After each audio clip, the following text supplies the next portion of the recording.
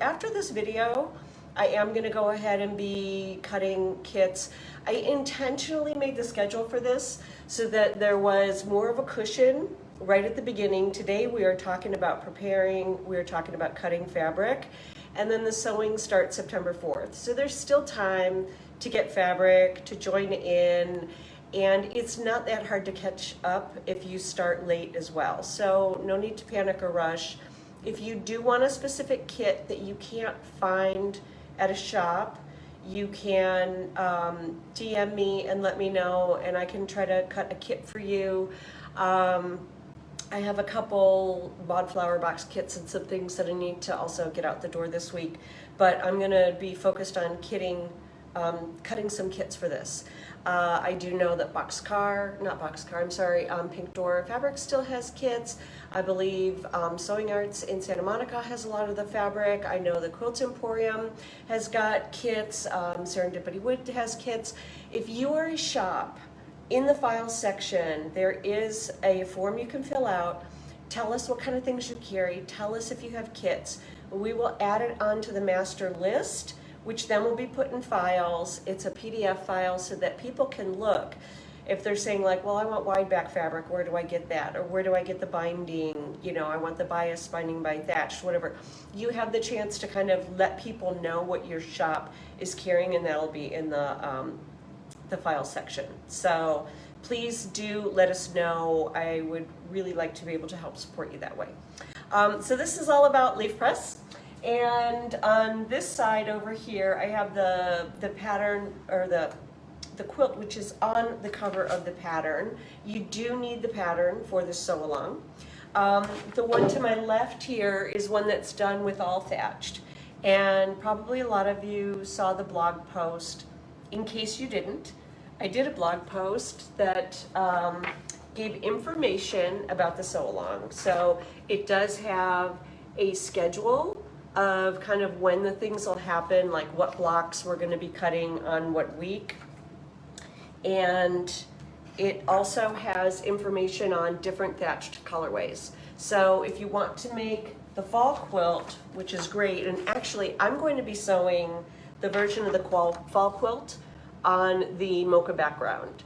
If you can't get the mocha background, chocolate bar, which is all a thatched color, also blends really well with this collection, and you can also use chocolate bar, and that's okay, because I know it's been hard to get Moda. But I'm going to be sewing this version with the dark background. I might also sew a Christmas version, is what I'm thinking of, if I'm feeling ambitious. There's this Springy Greens one, which is right here, and I've listed out what the thatched colors are, their SKU numbers, and on some of these, and there was a question today on Facebook from Kathy Stone, thank you Kathy, where she asked about, she got a dark drama one, and she could see that there was a color like chartreuses here that was listed twice, and was wondering if that was a mistake. Sometimes when I'm doing the thatched color studies, I like more of a certain color in the quilt, or I feel that two greens might be too close to each other, so it's just better to put one of them in there. So sometimes it is spec'd for more than one color grouping of the same color, and that's how it goes in some of these thatched ones. There's also this dark drama one, which is on soft black, and this kind of light colored fall palette. And then these were two Christmas ones, one on a cream, and then I was thinking about trying to make this this one on the red. This is a good example of, this is a red background. It is primarily using washed linen, cream, and oatmeal for most of the blocks. And then I added in a couple that are just small green accents. I really wanted this to be mostly red and white. And so for this one, there's actually 1, 2, 3, 4, 5. 5 of the colors are all cream. So instead of a fat eighth, that's going to be a yard and no, it's not a yard. It's a half yard and a 5/8, I guess, of a yard to do that. I would probably get 3/4 of a yard to do that if I'm doing my math right on the fly. Anyway, so check out this blog post if you're interested in other colorways. other thing in the Facebook group, in the files, and I will probably also put these things up on a blog post. So if somebody's checking this out from YouTube or Instagram and they want to sew along, they can access it through the blog post. This is a little progress chart that you can download if you like to keep track of your blocks. I like to make up a little chart and I mark things off once I've cut the pieces, and then I mark it off once I've sewn the blocks. So if you like to be organized that way, that's there. There's the one sheet with the dates, and then this is a cutting sheet, and I'm going to show you how I use this cutting sheet to try to organize all of my pieces, because there are a lot of different sized pieces in leaf press, and I like to think of it as I like to do puzzles. And so for me, sometimes doing quilts that are not like the same repeating block is almost like solving a puzzle. And so I have to kind, you know, I'm usually with my puzzle, I'm separating all of my edge pieces over here and I'm putting them by different color groupings over there. And similarly, in a quilt that has a lot of different sized pieces, I'm trying to find some organization systems to make it work better for me. And I tried to write the pattern so that you could really logically organize your pieces to work on this. I do have some notes here, so I make sure that I'm covering everything I need to be covering. So two other questions that usually people have is, do I pre-wash my fabric? And I usually don't, because my quilts are usually hanging up flat on a wall. They're going into a suitcase and I'm doing a lecture. They're on a wall at Quilt Market. So my quilts are not heavily used by children and pets and, you know, things like that. So I don't have to do a lot of washing with them. When I do wash a quilt, I wash it by hand in cold water, and then I let it air dry. I want my quilts to look very flat because of how I'm showing them, as opposed to that kind of really great crinkly feeling, you know, that you get when you wash a quilt and you dry it and it kind of, you know, gets real snuggly. I'm usually not doing that for mine because I'm showing them off for a different purpose. So if I were doing it for a family, kids, pets, all that, I would definitely pre-wash. There was also a really good post I saw today on Instagram. I'm gonna have to find it and post it in the group about why you should pre-wash. There is like sizing and some stuff on the fabric, and they made the point that people have different chemicals in their water. So somebody might pre-wash fabric and it doesn't bleed for them, but another person in a different water district might have different chemicals in their water. And so you should try doing it because it's not going to react the same for everybody. I thought that was a really excellent point. My sister is a huge fan of the color catchers, and I've seen those work really well. The other reason I didn't used to pre-wash is because when I would do it and put it in the dryer, I would get that frayed edge tangled mess, and I didn't like that. I have since learned, I watched Doug Lico at Retreat, and he will use a serger and he will serge the edges of his fabric that are the cut edges. Then when he washes them, they don't fray. You can also do a zigzag stitch or an overlock stitch on, and you don't need it on the selvage edge, you just need it on the cut edge of the fabric. I've also read that the pinking shears can work to stop the fraying. It's probably better to do the sewing on the edge, would be my guess. So if I do the Christmas one, I'm gonna pre-wash this red. I'm gonna go ahead and zigzag my edges or do an overlock. And I might do a little test with the pinking shears, see how it works out. The other thing is about starching. A lot of people will ask about starching. It's a personal preference. If I'm doing something that has lots of really little pieces, like when I'm doing the socialites sew along and I'm making 3-inch blocks, I like to starch my fabric because then those little tiny pieces will handle a lot better. For this size quilt, I don't starch. I don't feel I need to starch. It hasn't been a problem at all. If I starch, I try to starch everything because, like pre-washing, starching's probably gonna shrink your fabric a little bit. And so you don't really want to be sewing with fabric that some of it's pre-washed and some of it's not. You know, some of it's starch, some of it's not. You want to starch it all, but you only starch what you're going to use so that the fabric's not sitting for a long time with starch in it. So those are just two kind of normal things that people usually ask about. When I do, I mentioned when I do wash my quilts, I would wash it, either hand wash or a delicate cycle on cold. If I do use a dryer, I try to take fabric out earlier so that I can press it when it's still a little bit damp, and it'll press out more nicely for me.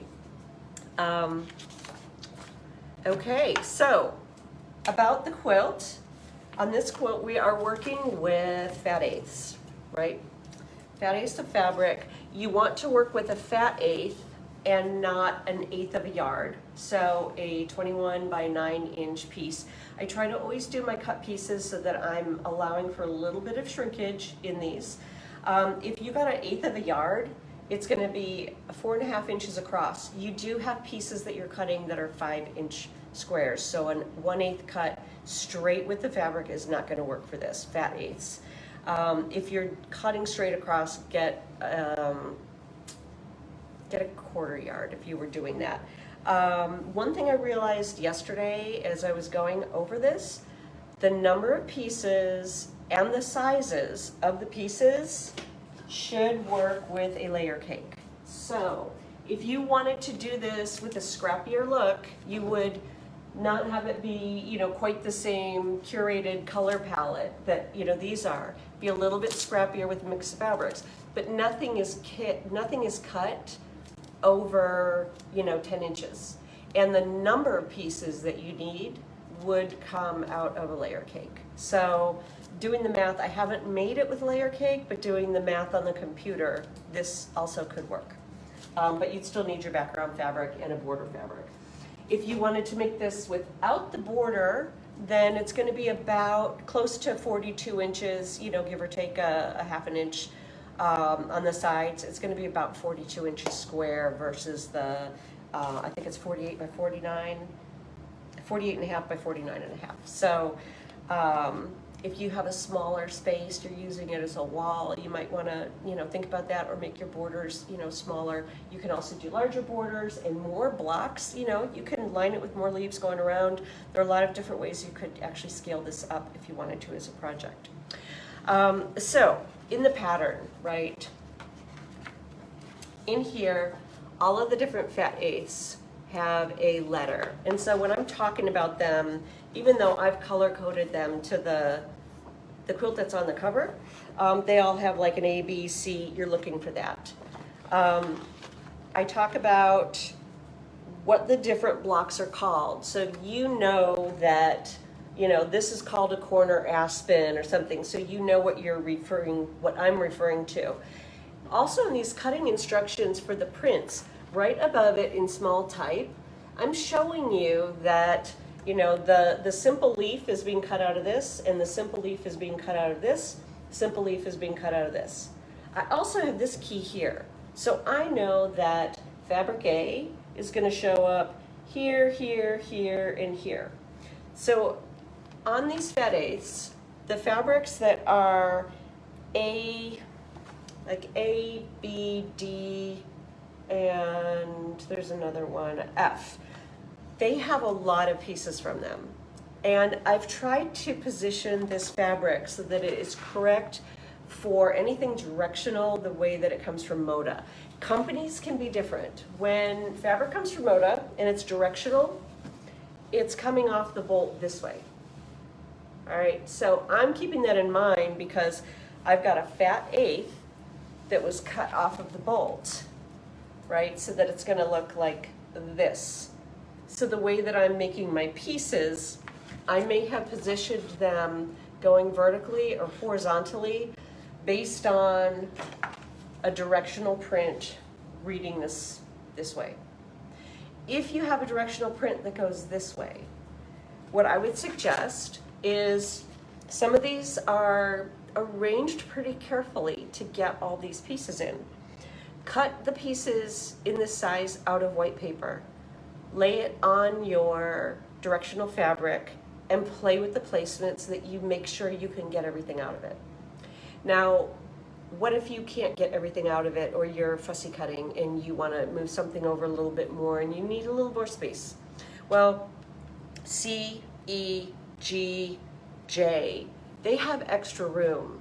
So you're free to take one of these things and move it over and cut it out of one of these.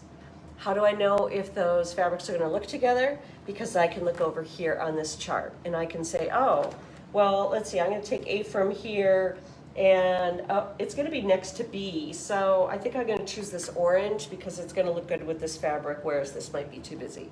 So this chart here is going to help you arrange pieces the way you want. If you're not following this like exactly the way I have it, and you've got different fabrics, you can really kind of play around with knowledge of knowing what you're doing. And the same thing here. Here's the knowledge of like, we're gonna start with a certain kind of leaf and I'm gonna cut those pieces.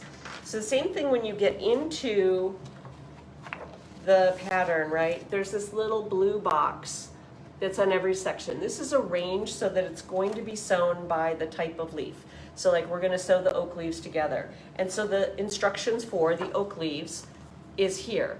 And what this will do is tell you, for the oak leaves, you need like fabric A in the 1 by 1.5 size and the 2.5 by 3 3/4 size, you know, and what you need for background. So you can cut all of these pieces ahead of time and label them really well, or you can also cut as you go. Because if I want to cut as I go, I'm going to look at something and say, well, I need fabric A and fabric E and background.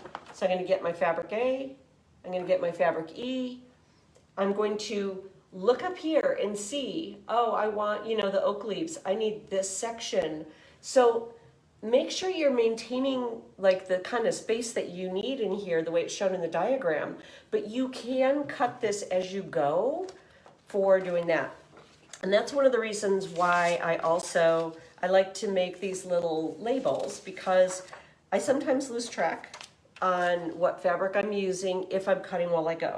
So I find it's really important for me to label my fabric as I'm doing it, or I might want to cut my pieces and put them into a pile according to the cut fabric. The other thing is there's a fabric key, which is a little chart that's up in the files section. So as I'm cutting, because some of my fabrics for the dark colorway that I'm doing, right, some of these fabrics are different than what's listed in this chart here. So I'm making my own chart. As I go, I'm going to keep this as my reference. So I always know my A is this, and you know, my J is this, and this is my D. And so as I'm cutting my pieces, I'm taking a little leftover snippet that I am taping down so that I'm keeping track with my own key. So as I go through and I know I need fabric H, I can reference this really fast for what my fabric H is. If I am cutting this at once, or if I'm cutting it as I go, I always cut my fabric,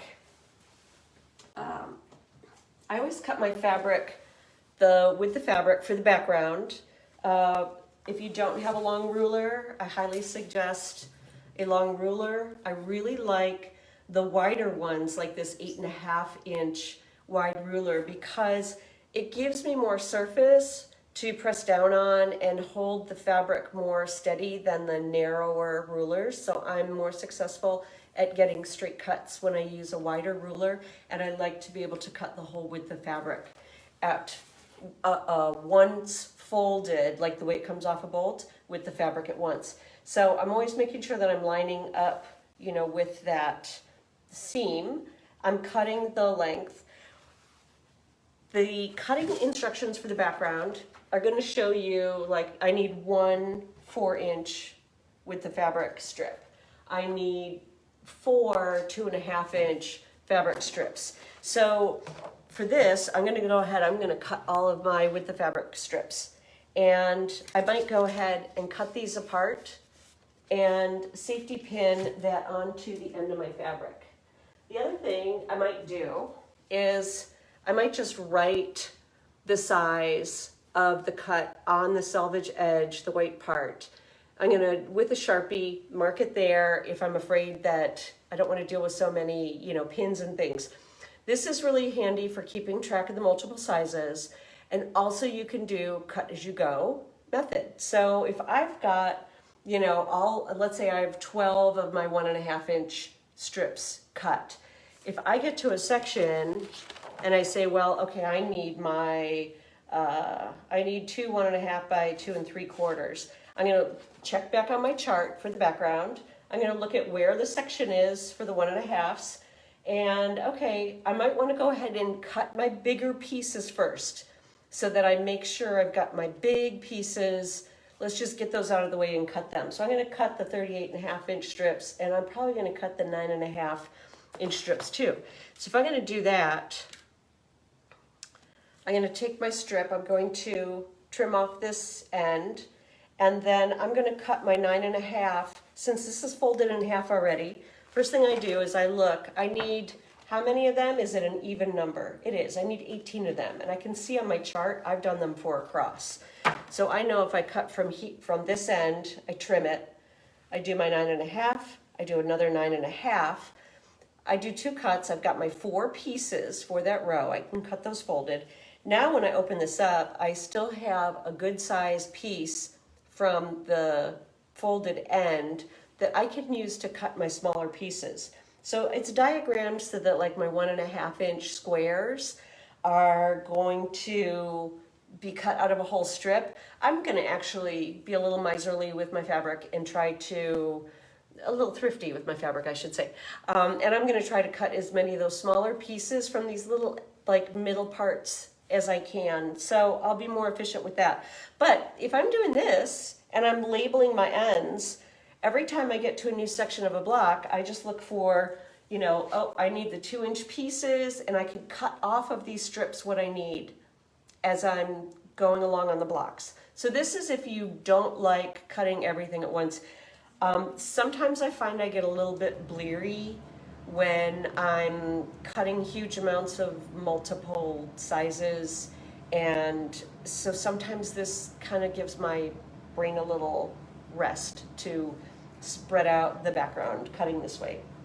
The other thing I do when I'm cutting a background, little pieces, I might put them onto, these little boards, use the alphabetese, which I don't have, but I should get. I like to use boxes that have some kind of lip to them. So as I'm carrying around my pieces of fabric, they aren't fluttering off a board. So I like having an edge. I use Post-it notes a lot of times for my sizes. As I use them up, I cross them off, I just write the next size on there. So I tend to save a lot of these boxes. The other thing that I do for lots of the littler pieces when I'm cutting background, I use the egg containers that I get at Costco. And I take a Sharpie and I just write in the well, like what the size is that I'm cutting. So that way, if I am using the little leftovers, I'm just putting it in here for holding as I'm like building up. Oh, I need 36 of those. Oh, and then I'll take it out and say, oh, I have 20, I have 28. I need, some more. But this way I can just mark it. And then once I have all the pieces I need for it, I add a little dot on the corner so that I know I've completed that cutting size. A longer strip just folds. The reason why I like using these so much is this kind of cardboard material grips my fabric nicely. So again, my fabric doesn't flutter away. I never lose pieces that drop when I have them in here. It's like a little nest and it holds them, and then I can label lots of different sizes. When I'm done with the project, I turn it around, and now I'm going to use a red Sharpie on the other side and label this size. And then by the time I'm through with that, I probably ate more eggs and I have another carton. So anyway, that's actually like a reusable thing that is one of my favorite tools for lots of little pieces. For this, I probably will, I don't know, if I do the red one, I might do cut as I sew. For this one, I am cutting all of my background pieces first. As I'm cutting for the fat ace, right, the other reason I have these labels here to the side. And so I cut this up, like I cut that section out, I cut those into strips, I cut this out. So I was trying to put everything on one sheet. But with these labels, as I'm going along cutting from my prints, I put them in little baggies because it is labeled on here for me.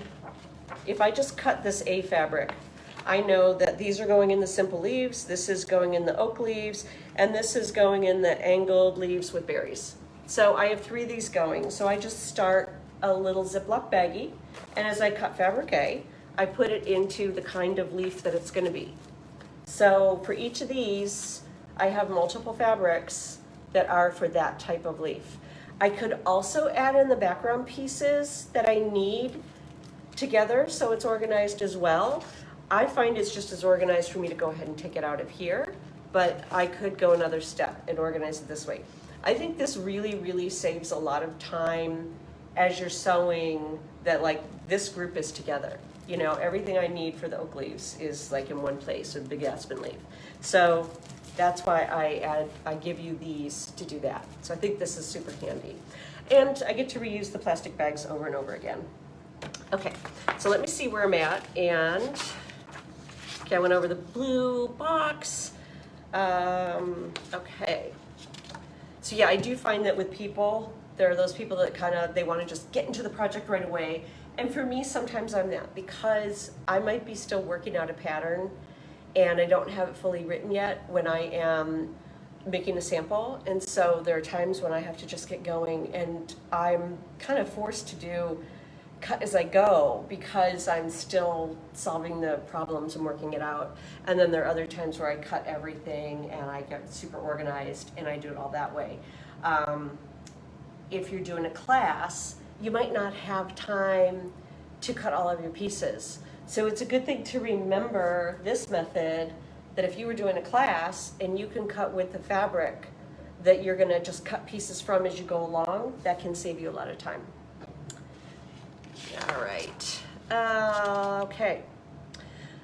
I think that covers everything that I wanted to go through in terms of like cutting and organization. We are going to do this, you know, in the groups of blocks each week of the types of the things. I'm going to check and see if there are questions on stuff. Before I do that, I did want to just share with you guys that today I'm getting up on the shop the zipper pulls that are for Forest Frolic, and I really hope that you will post your progress, whether it's your fabric pull that you're using, if it's, you know, you're cutting, or if you have a different way of organizing things. I'd love to see it. I would love to see what you do for organization, because we all learn from each other. But by the time I do the next video, which should be September 4th, it'll be Monday at 10, September 4th, we'll go through the posts, and if you've been posting pictures of your progress, we'll go through and we'll do some random draws of some people to either get some free PDF patterns of their choice, or I will give away a couple pairs of the zipper pulls. So please share, and we'll come up with other things as, you know, some little incentives and prizes as we go along, because I really like to see what you're doing. The other thing I was going to try to have done for today, it's not, but it'll get up this week. I am doing another sew along, which is with Oak Grove Square. It's going to be starting in the middle of September. And if you haven't seen Oak Grove Square, this is like the dark version of it. It's a bigger quilt than Leaf Press. That's the dark one. It's a bigger quilt than Leaf Press. It does use some of the same blocks, and some of them are different. So for example, in Oak Grove Square, we have acorns that are going around. We have these like leaf stalks. We've also got a center with mushrooms. And this is the version on buttermilk.